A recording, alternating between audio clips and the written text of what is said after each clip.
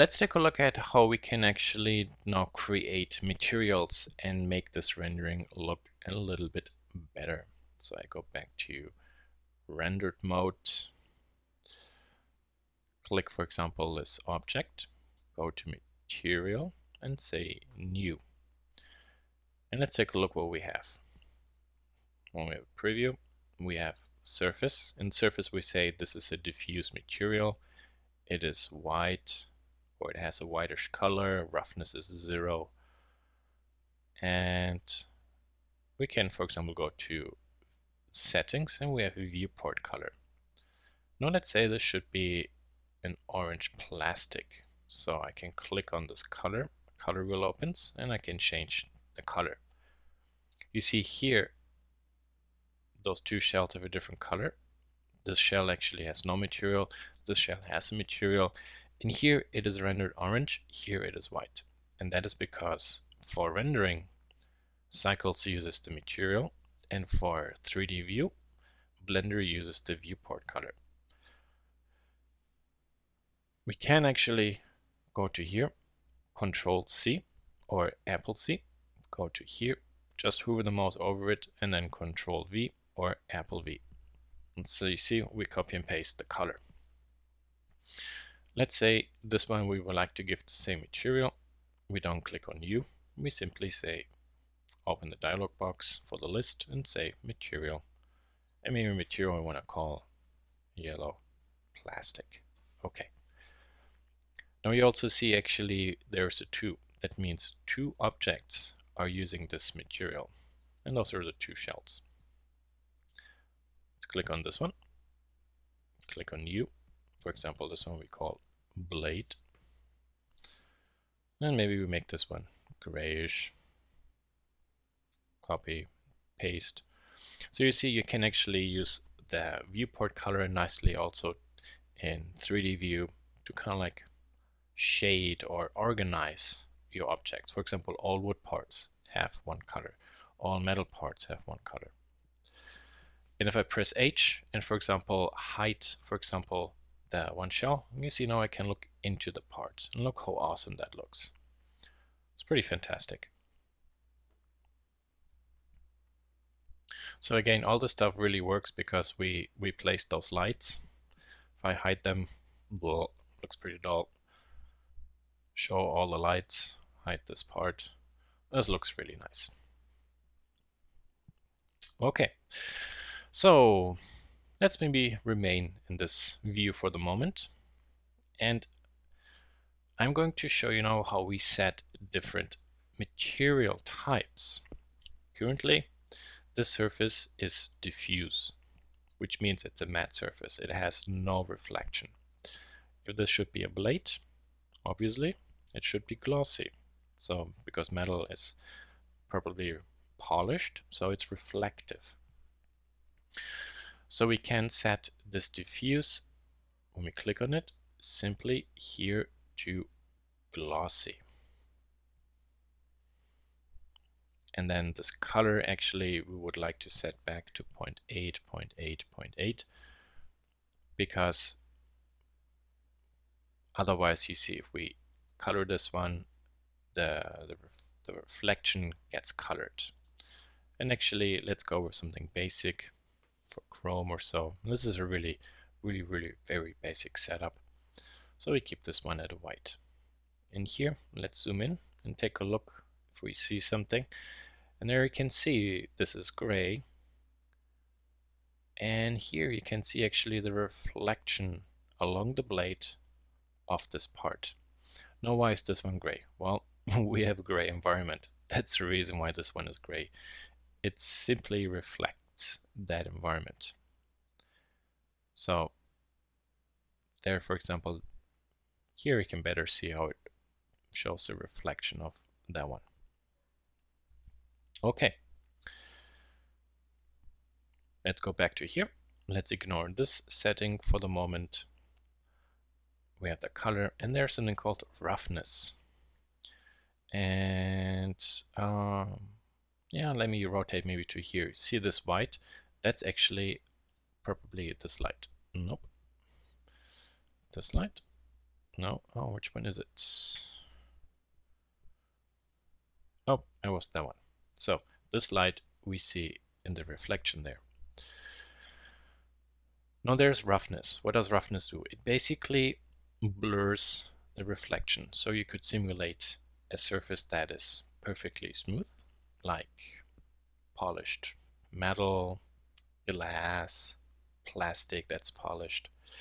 And if we start, for example, typing in 0.1, you can see how the reflection gets very, very blurry. So we can simulate a roughened up surface. So like the surface is simply somewhat grainy, and thus the reflections we will see has more structure.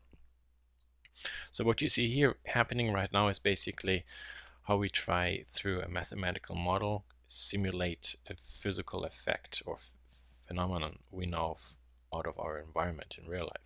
So it's not 100% the same, but for example, from a distance, if this should be blurred from a distance, a piece of metal would look, for example, similarly. Now, if I zoom in, then I would really see this is just uniformly smoothed out. So let's keep it at this for the moment. Let's hide this part. Let's maybe rotate the view a little bit. Okay, so in the next step, I actually would like to introduce you to the node editor. See the node editor you can find here. And now take a look at what we have here and there. So you see in surface, this is all exactly the same. But the way how the system works is we have an object, the blade, it has this shader, and it has a material output. And you see this green is connected to that green. Can, for example, drag this one out, then it has no material. Or I can drag this one in, and it has this material. If I click a light, you see here is an emission shader connected to that surface. And also here you see the color, the strength, all the same. So this is kind of like more a menu approach. This is more, I would say, a flowchart-like approach, which visually, if I weave a network, gives me really quickly an understanding over what my shader is actually doing. So this is really useful, for example, when we want to create a more realistic plastic shader. So let's click this one. And there we see we have a diffuse material. Now, plastic, which is glossy, has basically the color and it has a reflection. And to rebuild this one, we need to mix a color material like diffuse with a glossy material like what we use to simulate the metal. So the way how we can do this is in here we go to add shader and say glossy.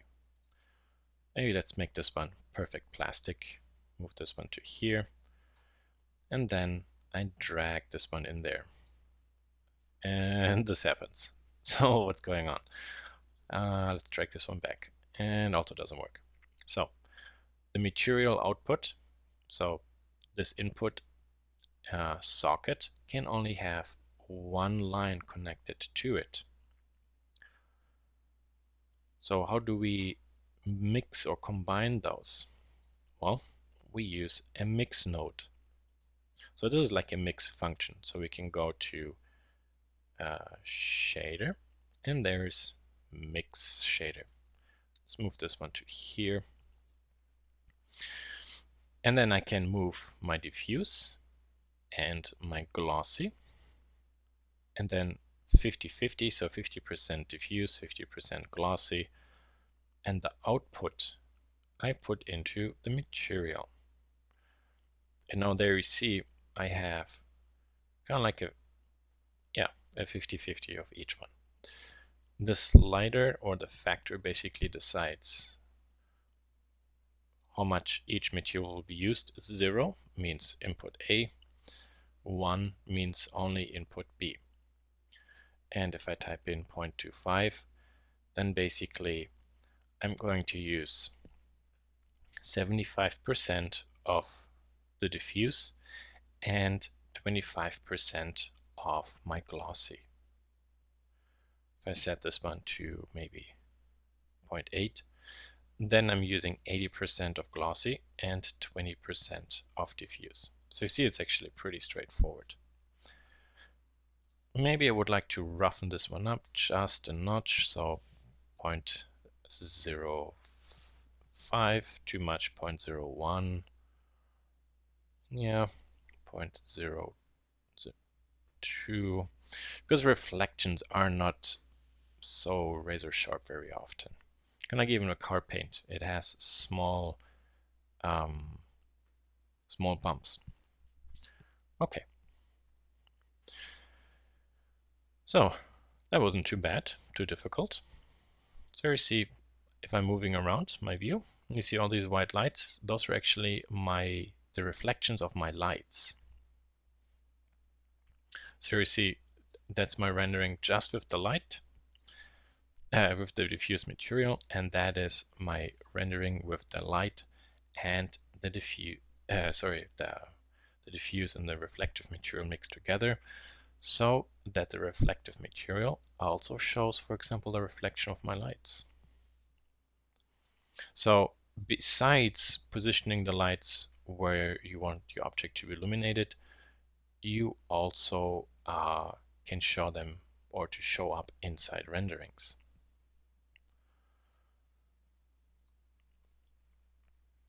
Now let's say you do not want to have one light to show up in the reflection.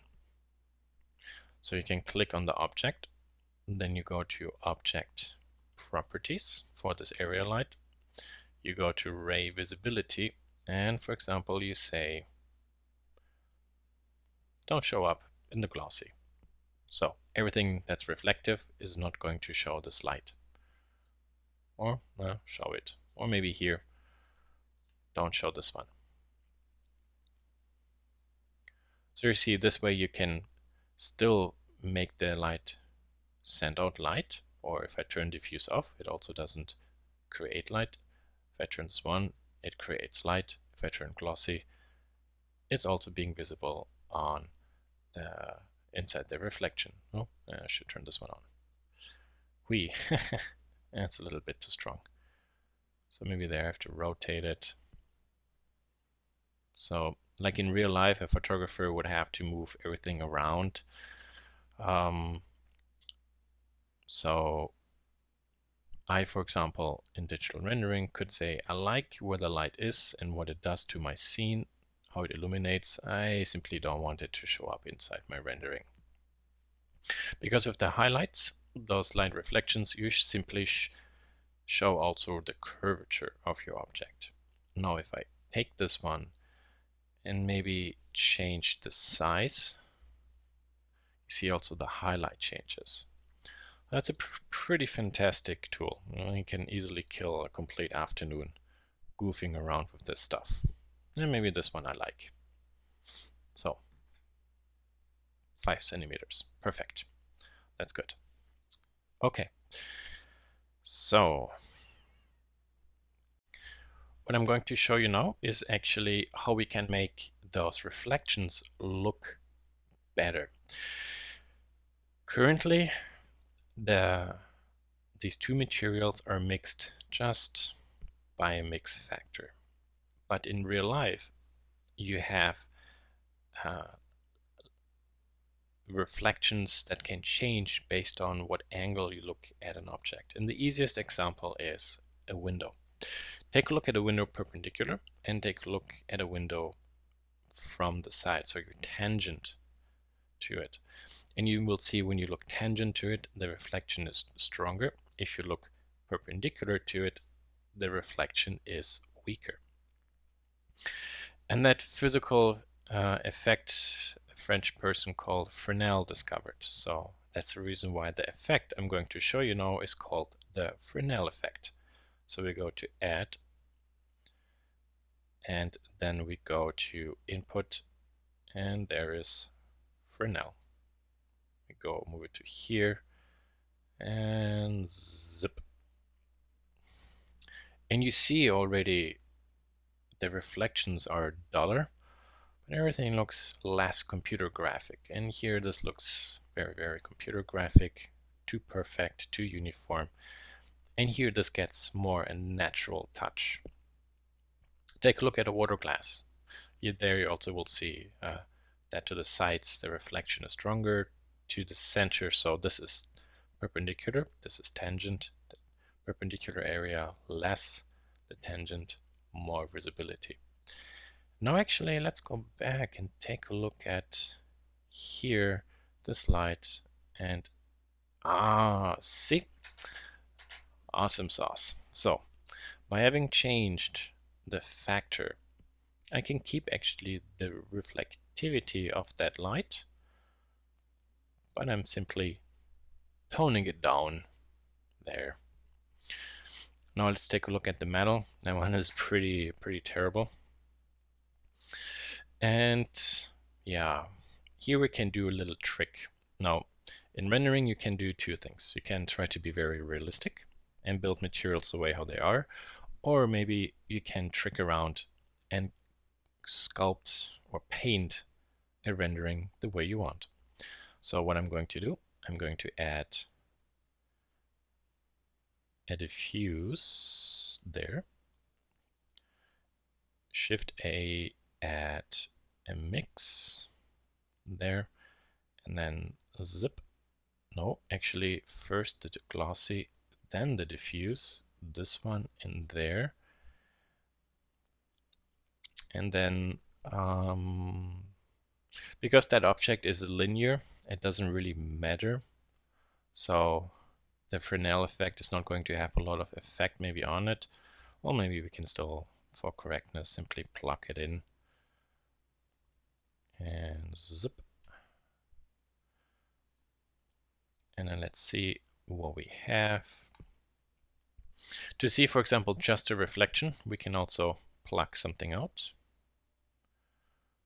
Plug something back in. Maybe this one we make a little bit darker, like this. Oops, I was wrong with my order. It has to be this way. So I make it first a diffuse, and then I put a coating over it.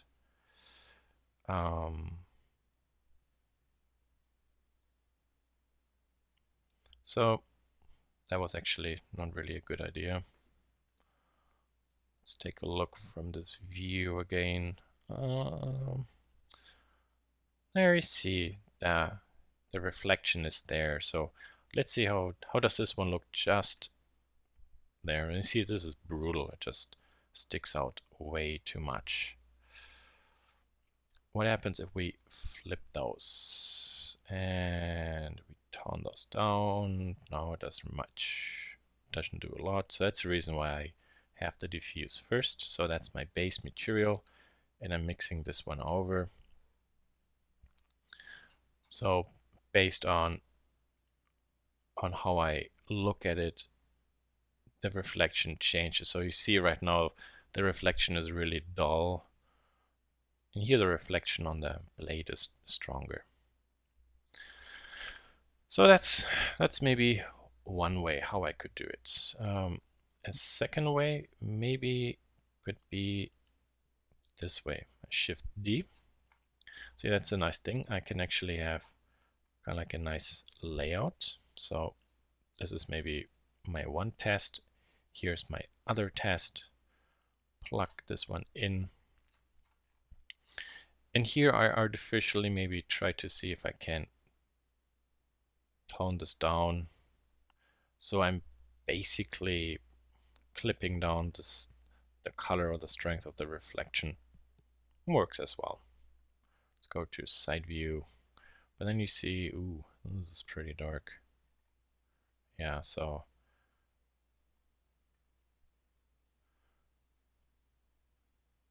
not really that good compared to, for example, if I only go this approach. Yeah. Okay. Well, I mentioned before, the nice thing about this system is simply that you can really be experimental and move these parts around. And this all might look very confusing at the beginning, but just build your materials 2 or 3 times this way, and the more you do it, the more it will really become second nature. And maybe to explain this stack one more time, think about when you have a car. You put a primer down. The primer is diffuse. And then you put a clear coat over it. Here's my clear coat. The clear coat is glossy. So I add a glossy shader. And these two shaders, they are layered. So I have to layer them. So I use the mix. So first layer, second layer. And then with the Fresnel, for the factor, I decide how are these two layers mixed or blended. And that's then the output. And that's pretty much kind of like the logic behind how that system works.